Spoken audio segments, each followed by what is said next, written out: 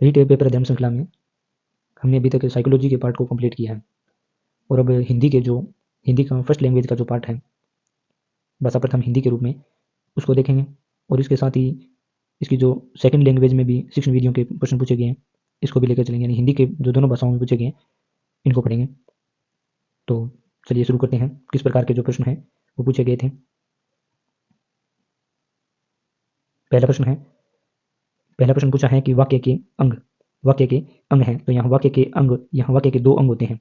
वाक्य के दो अंग होते हैं, एक उद्देश्य और एक विधेय। तो यहाँ दोनों ही यहाँ पर सत्य होंगे। वाक्य के दो अंग होते हैं, एक उद्देश्य और एक विधेय। अगला प्रश्न है जो वाक्य मुख्य उद्देश्य एवं मुख्य विधेय से बना हो वह कहलाता है। जो वाक्य मुख्य उद्देश्य और मुख्य विधेय से बना हो कहलाता है, तो ऐसा वाक्य है वो प्रधान वाक्य कहलाता है। जो मुख्य उद्देश्य और विधेय से बना हो प्रधान वाक्य कहलाता है। अगला प्रश्न है कि टोपी उछालना। यहाँ पर टोपी उछालना मुहावरे का अर्थ पूछा है। टोपी उछालना, तो टोपी उछालने का मतलब है अपमानित करना। अगला प्रश्न है मौज मस्ती में जीवन बिताना। मौज मस्ती में जीवन बिताने का अर्थ पूछा है लोकपंक्ति का, तो यहाँ पर 8 बार 9 त्योहार मौज मस्ती में जीवन बिताना। अगला प्रश्न है विद्यार्थियों को पुस्तकों के माध्यम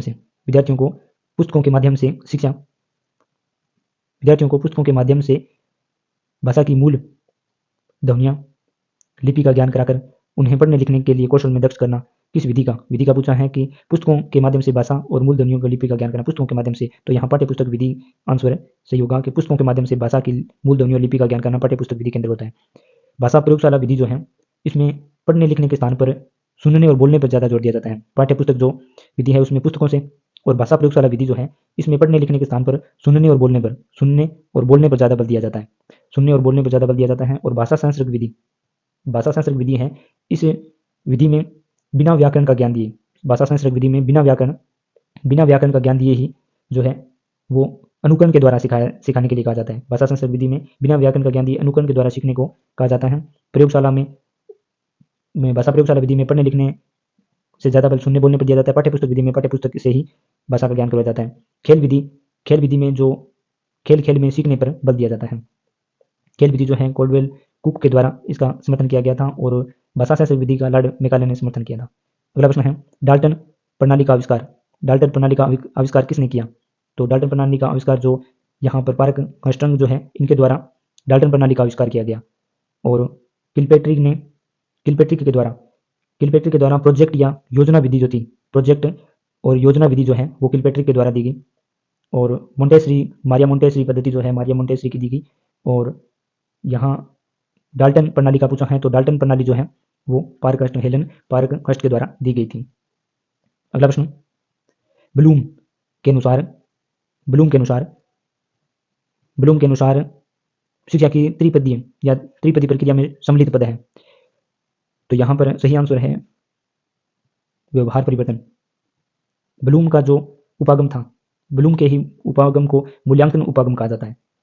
ब्लूम के उपागम को ही मूल्यांकन उपागम है उसे कहा जाता है। इसमें जो एक तो शैक्षिक उद्देश्य थे, शैक्षिक उद्देश्यों को रखा गया, उसके अलावा अधिगम जो अनुभव है उनको रखा गया, और एक व्यवहारगत परिवर्तन का मूल्यांकन यहाँ पर पूछा गया है। सही आंसर यही दिया है कि ब्लूम के जो 3 त्रिपदी प्रक्रिया थी उनमें पहला जो था वो शैक्षिक उद्देश्य, दूसरा अधिगम अनुभव और तीसरा यहाँ पर दिया है व्यवहार परिवर्तन का जो मूल्यांकन था। सही आंसर है।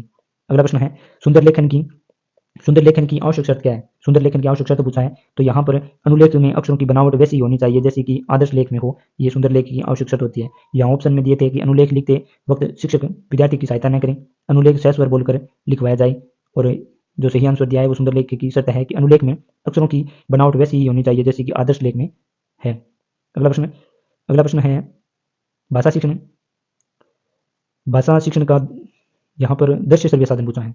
भाषा शिक्षण का दृश्य श्रव्य साधन पूछा है, तो यहाँ पर चित्र विस्तारण अंतर, यानी चित्र का नाम आया है तो चित्र तो दृश्य है, और ग्रामोफोन और चार्ट, तो यहाँ पर ये दृश्य श्रव्य साधन नहीं है, लेकिन नाटकीयकरण जो है एक दृश्य श्रव्य साधन दिया है। ग्रामोफोन श्रव्य साधन है, चार्ट दृश्य है, लेकिन दृश्य श्रव्य यहाँ पर नाटकीयकरण सही आंसर दिया है। अगला प्रश्न है इनमें से पाठ्यपुस्तक के आंतरिक रूप में सम्मिलित तत्व नहीं है। तो पाठ्यपुस्तक का आंतरिक रूप में सम्मिलित तत्व पूछा है, नहीं है पूछा है, नहीं है तो यहाँ आंतरिक रूप में सम्मिलित नहीं है, तो जो जिल्द दिया है यहाँ पर ये सही आंसर होगा। उसके अलावा भाषा पाठ्यपुस्तक में होती है, विषय सामग्री और शैली ये पाठ्यपुस्तक की आंतरिक होती है, लेकिन जिल्द यहाँ पर सही आंसर है। अगला प्रश्न है, निम्नलिखित में भाषा पुस्तकालय का लाभ कौन सा है? भाषा पुस्तकालय का लाभ कौन सा है? तो यहाँ पर कक्षा शिक्षण में पूर्ति और स्वाध्याय के लिए अवसर। यहाँ पर जो है भाषा पुस्तकालय का लाभ है कि कक्षा शिक्षण में पूर्ति और स्वाध्याय के लिए अवसर, यहाँ पर भाषा पुस्तकालय का लाभ बताए हैं। दोनों आंसर सही है। अगला प्रश्न है, इनमें से मौखिक परीक्षाओं का गुण पूछा है। मौखिक परीक्षाओं का गुण पूछा है, तो यहाँ मौखिक परीक्षाओं का गुण दिया है कि इन परीक्षाओं से विद्यार्थी की 3 भाषाई कौशल, मौखिक परीक्षाओं से 3 भाषाई कौशल सुनना, पढ़ना और बोलना का एक साथ मापन किया जा सकता है। यहाँ पर मौखिक परीक्षाओं का गुण है कि तीनों भाषाएं जैसे सुनना, पढ़ना और बोलना, इन तीनों का मापन किया जा सकता है। मौखिक परीक्षाओं का ये गुण बताया है। अगला प्रश्न है कि निम्न में से उपलब्धि परीक्षण के निर्माण हेतु सम्मिलित पदों में कौन सा पद नहीं है? सम्मिलित पदों में पद नहीं है पूछा है उपलब्धि परीक्षण में, तो उपलब्धि परीक्षण में नहीं है, तो यहाँ पर जो परीक्षण का अनुप्रयोग जो है ये उपलब्धि परीक्षण के सम्मिलित पदों में नहीं है। उसके अलावा उपलब्धि परीक्षण में परीक्षण योजना बनाना, परीक्षण के प्रारंभिक रूप से रचना करना और परीक्षण की पुनर्निरीक्षण जो है ये उपलब्धि परीक्षण के अंतर्गत आते हैं, लेकिन यहाँ पद नहीं है, परीक्षण का अनुप्रयोग यहाँ पर नहीं है। अगला प्रश्न है, सतत एवं व्यापक मूल्यांकन प्रणाली का दोष पूछा है।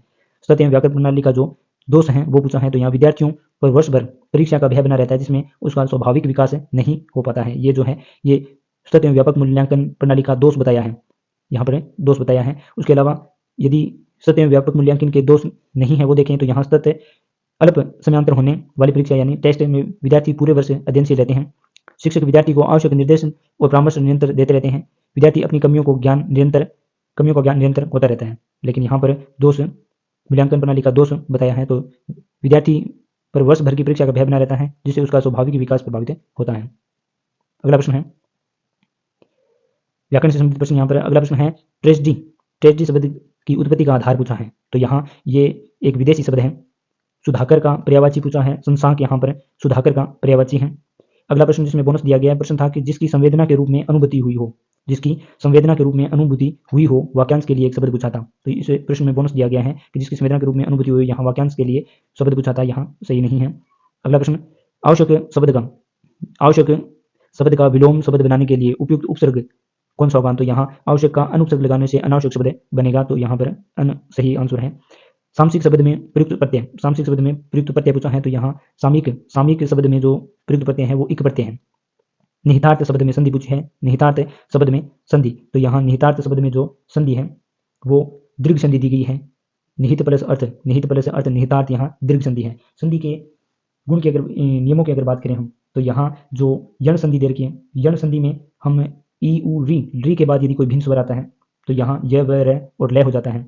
वहीं गुण संधि की अगर बात करें तो गुण संधि में ए आ के बाद यदि ई आते हैं तो ए हो जाता है, यदि ए आ के बाद उ या उ आते हैं तो ओ हो जाता है। री और री के बाद ए या ए के बाद री या री आते हैं तो अर हो जाता है, और री आने पर अल हो जाता है। वर्ती संधि के अंदर इसमें ए आ के बाद यदि ए या ओ आता है तो यहाँ ए और औ हो जाता है, यानी दीर्घ हो जाता है ए या आ के बाद यदि ए या ओ आते हैं।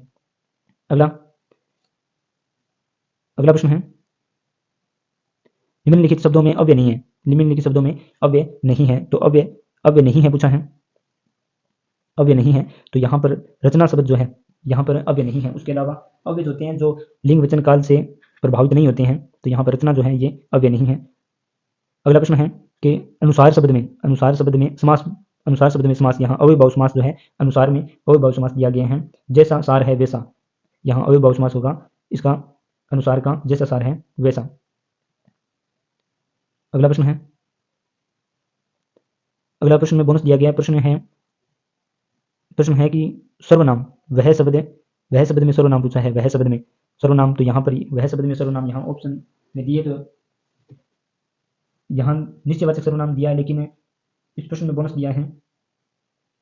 अगला प्रश्न, लाभ शब्द में कौन सी संज्ञा है? लाभ शब्द में संज्ञा पूछी है। लाभ शब्द में संज्ञा, लाभ भाववाचक संज्ञा है लाभ शब्द में। अगला प्रश्न है, जातियां शब्द एक वचन होगा, तो जातिवाचक जो है जातियां शब्द का एक वचन जाति होगा।